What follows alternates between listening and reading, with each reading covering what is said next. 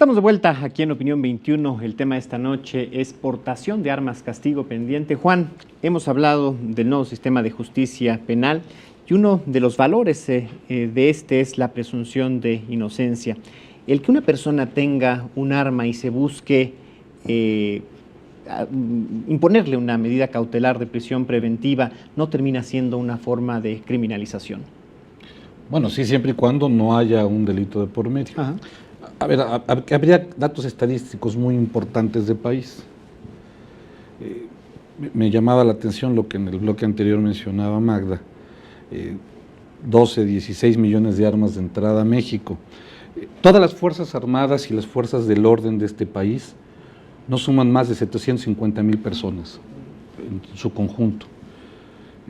Tenemos uno de los gastos de defensa más bajos del mundo, el 0.5% del Producto Interno Bruto, contra otros países que tienen por lo menos el 2%. Es decir, el gasto para compra de armas sí es muy bajo.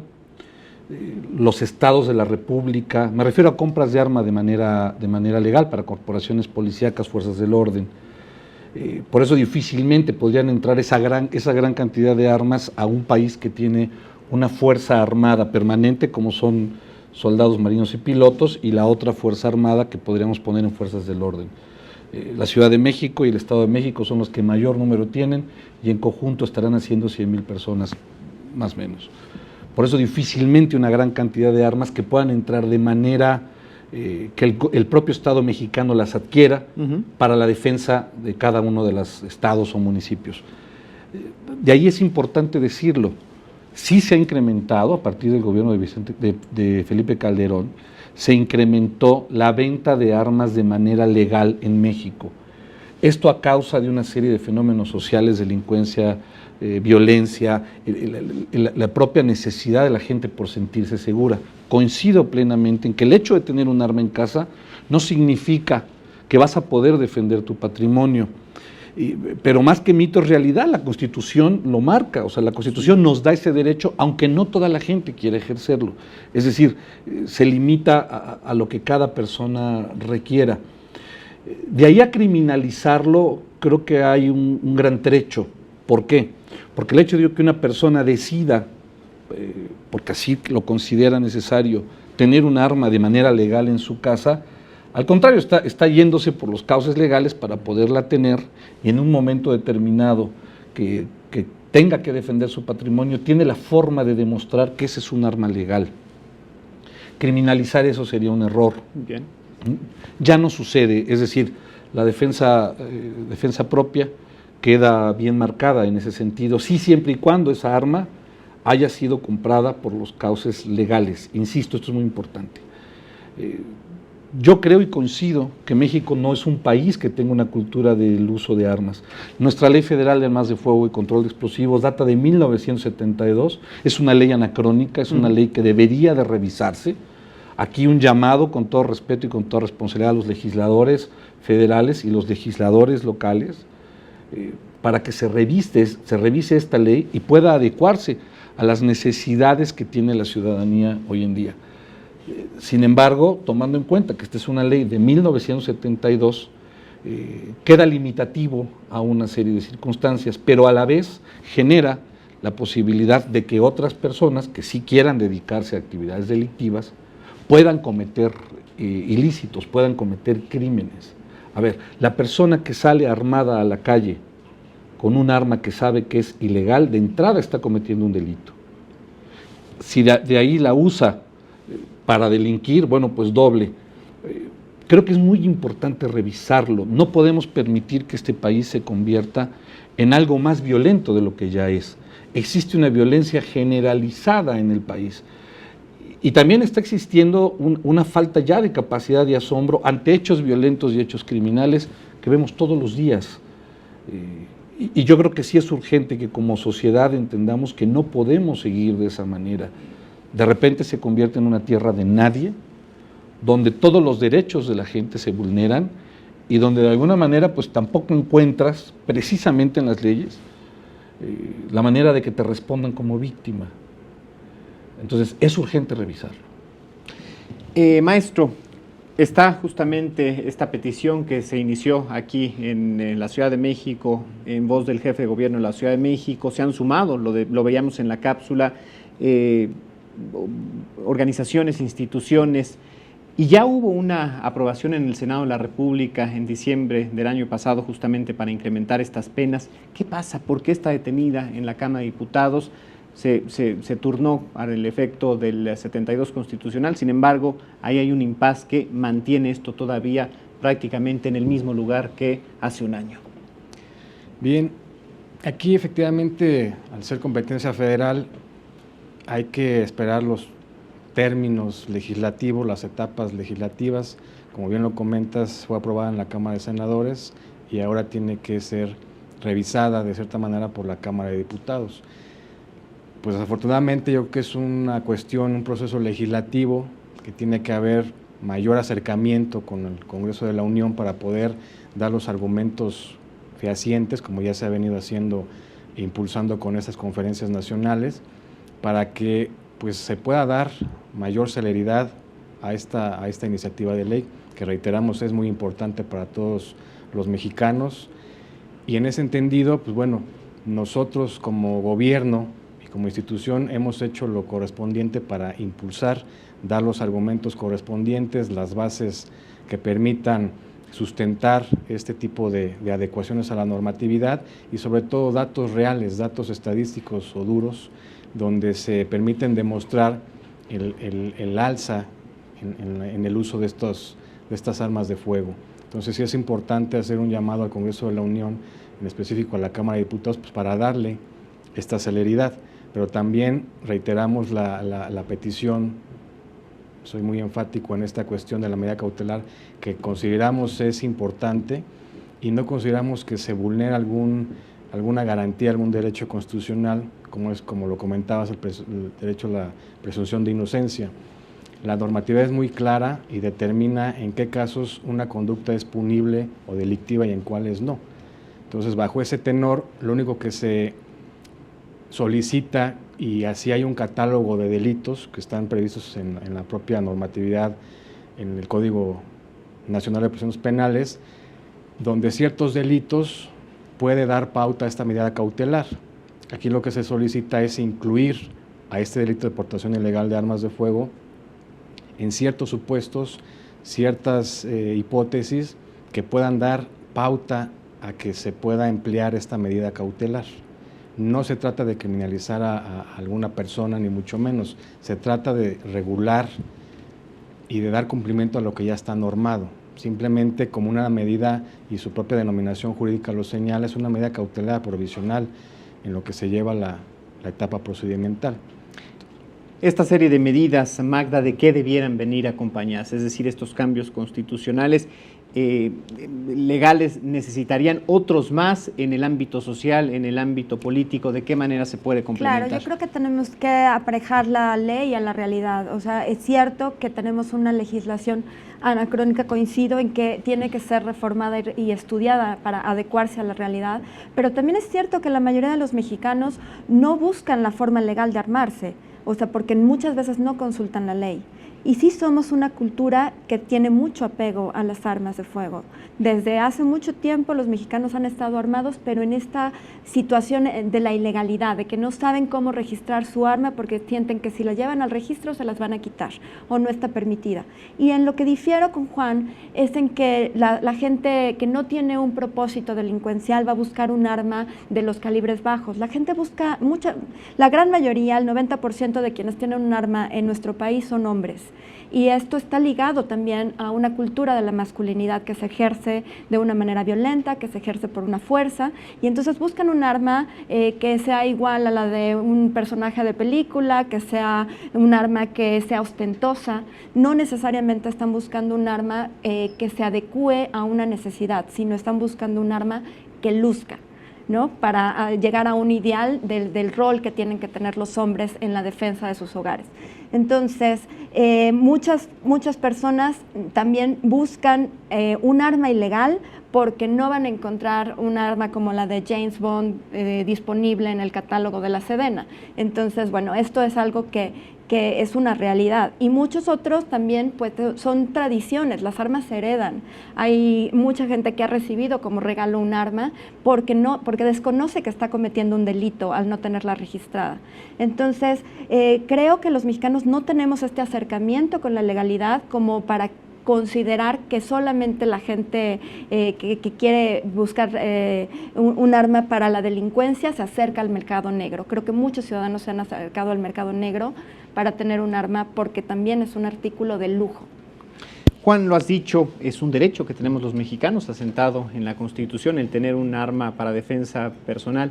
A pesar de ello, lo que debiéramos a manera de cambio cultural promover es justamente la despistolización de la sociedad. A ver, es un derecho constitucional. Difícilmente podríamos generar una campaña de despistolización. Ahí están los programas y son muy efectivos. El programa que tiene Ciudad de México, programas de la Secretaría de Defensa en todo el país que han logrado que precisamente la gente devuelva armas que pueden caer en ese tema. Básicamente, y según las encuestas, si no que el maestro me corrija, son las familias que saben que hay un integrante que pertenece a la delincuencia y les dejan las armas y van y las entregan. A ver, es muy importante. Sigo confiando en los mexicanos de bien y en los hombres y mujeres de bien. Y rápidamente lo digo, quien quiere proteger su patrimonio va a hacerlo de manera legal. Quien no quiere hacerlo, quien quiere demostrarle al amigo que tiene un símbolo fálico mayor, como es un arma, porque así es, lo está haciendo en la ilegalidad y está consciente. De hecho, hay una comisión de delito a partir de ese momento. No debe de ser despistolización, deben de existir otros programas donde exista un orden mejor, donde haya una generación de valores, donde no haya violencia, o por lo menos tratar de limitar la violencia, y eso es en lo que desafortunadamente no nos abocamos, porque coincido, mientras esa persona que porte el arma sepa que pueda salir en libertad, aún y cuando cometió un delito, estamos en un problema grave, que eso es lo que en primer lugar habría que atender. La cultura de las armas en este país efectivamente existe, sin embargo cada vez es mucho menor ese uso, porque si la gente, insisto, los mexicanos de bien, que hay muchos, saben que no deben de hacerlo. Y ahí entonces se garantizaría quien lo hace por la vía legal, pues no tendría ningún problema. Aquí estamos ante un problema de portación de armas no registradas, de armas ilegales, maestro. Efectivamente, como ya se ha comentado, existen dos supuestos, por llamarlo de alguna manera, la aportación legal y la aportación ilegal, pero la aportación legal no tanto es que el ciudadano pueda andar armado por las calles. Hay supuestos, como ya lo mencionó el maestro, en la Constitución muy detallados, muy específicos, en qué caso puedes poseerla, que es al interior de una casa para salvaguardar tu integridad, la de tu familia, tus bienes, etcétera, cuando hay una intromisión a tu hogar, como un ejemplo. Por otro lado está el supuesto, desde luego, de la ilegalidad, que está determinado en las leyes federales, y se especifica una consecuencia legal o una pena para el caso de quien contravenga esta disposición legal. Ya estamos hablando de la aportación ilegal de armas. Esta normatividad nos permite a todos los ciudadanos efectivamente poder actuar dentro de un marco jurídico. Estoy de acuerdo que también hace mucha falta la cuestión de poder hacer llegar a los ciudadanos las consecuencias, tener mayor información, qué pueden hacer y qué no. También al interior de la Secretaría hay diversos programas donde con las diversas delegaciones hay reuniones semanales, se explica este tipo de conductas, entre otras más, con la finalidad, desde luego, de hacer una cuestión preventiva de los delitos, que es la principal función que tiene esta dependencia. Entonces sí es importante retomar este tipo de acciones, hacerlas llegar a la ciudadanía y sobre todo que es para salvaguarda de ellos mismos, de nosotros mismos como ciudadanos, el estar informados y dar cumplimiento a lo que establece las leyes, que desafortunadamente pues sí somos una gran minoría las que no estamos bien informados de esto. Sabemos, hay datos que nos permitan diferenciar cuál es el número de delitos o el porcentaje de delitos que se comete con armas ilegales que con armas legales. Aproximadamente es un 60% el que se tiene registrado con bases estadísticas en la dependencia que se cometen como medio violento el usando un arma de fuego, de diversos calibres, artefactos explosivos, etcétera. Y esto ha permitido también a la institución tener en su área de inteligencia bien identificado de tipo de delito, qué armas se usa, para con base en ello hacer programas específicos, acciones reactivas ya en la realidad para poder inhibir a su mínima expresión o tolerancia cero de este tipo de delitos o de este tipo de conductas. La gran mayoría va acompañado de la aportación en la comisión de un delito. Ahí ya la normatividad sí nos permite o da pauta a llevar a cabo esta medida cautelar de prisión preventiva oficiosa, pero no así en la mera aportación. Si trae una persona aportando esta arma que es de uso exclusivo del Ejército y Fuerzas Armadas, permite el poder salir en libertad y enfrentar su procedimiento como imputado en libertad, ¿no? Bajo cierta garantía. Eso es lo que se pretende regular, porque muchas veces con estos estudios y estadísticas que llevamos a cabo, se ha demostrado que en cuanto sale, la persona vuelve a delinquir, no una vez, 2, 3, 4 veces. Desde luego no con el arma, porque es asegurada y entregada ante la autoridad ministerial competente, pero sí se hace muy factible y muy sencillo el poder conseguir alguna otra arma y vuelve a delinquir bajo el mismo esquema. Y me refiero a delitos patrimoniales, corporales como lesiones, homicidio, etcétera. Entonces, sí es importante regular esta situación de que el hecho de que una persona porte ilegalmente un arma pueda conllevar o tener aparejada como medida cautelar la prisión preventiva oficiosa. Debemos ya entrar a una ronda última de conclusiones. Juan, ¿cómo convencer? Dicen en el lenguaje futbolístico, el balón está del lado de la Cámara de Diputados, a que aprueben esto que es necesario por lo menos para resolver la problemática que está actualmente enfrentando México. ¿Cómo hacer ver que quienes hoy de manera ilegal están teniendo armas muy probablemente estén vinculados con otros problemas mayores y que es necesario tener medidas para frenarlo, para por lo menos reducirlo?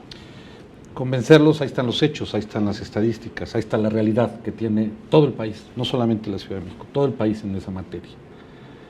Yo creo que aquí existe, y esto lo digo con toda responsabilidad y a título personal, existe una apatía, una total indolencia, pero sobre todo ignorancia por parte de los legisladores en ese sentido. Insisto, lo digo con respeto y con responsabilidad.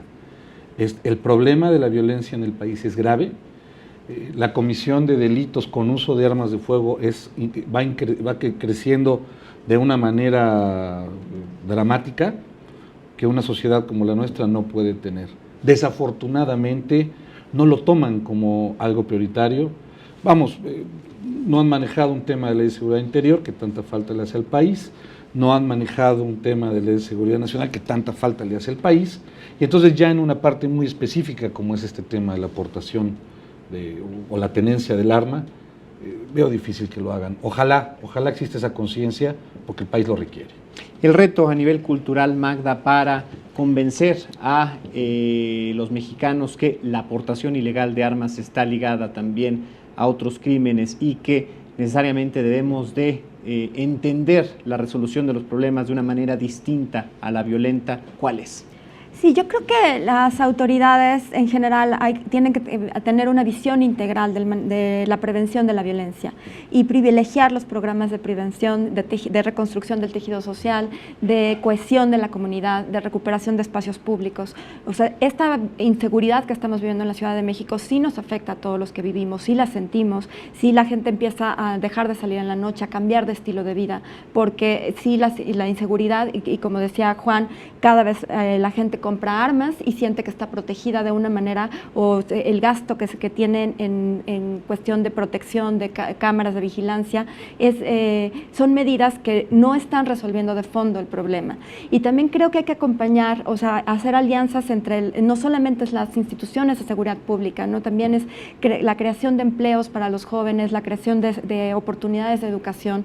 Tenemos que darles nuevas oportunidades a las generaciones de jóvenes que están encontrando en las pandillas o en la delincuencia organizada la única oportunidad de hacerse de recursos o de poder que tengan un modo de vida. Entonces tenemos que tener una visión integral, y yo creo que en esta responsabilidad también es muy importante fortalecer este tipo de campañas que ofrece la Secretaría, de mostrarle a la gente cómo todos tenemos que participar como sociedad para construir ciudades seguras. Y maestro, mientras se da este caso, si es que se da el de la aprobación de las penas y también la tipificación como un delito grave, el de la aportación de armas, ¿cuál es el reto no solamente para ustedes, la Secretaría de Seguridad Pública, para la Procuraduría, para toda la administración local, para el resto de las entidades del país, para el gobierno federal, justamente para manejar esta problemática en un futuro inmediato y a largo plazo?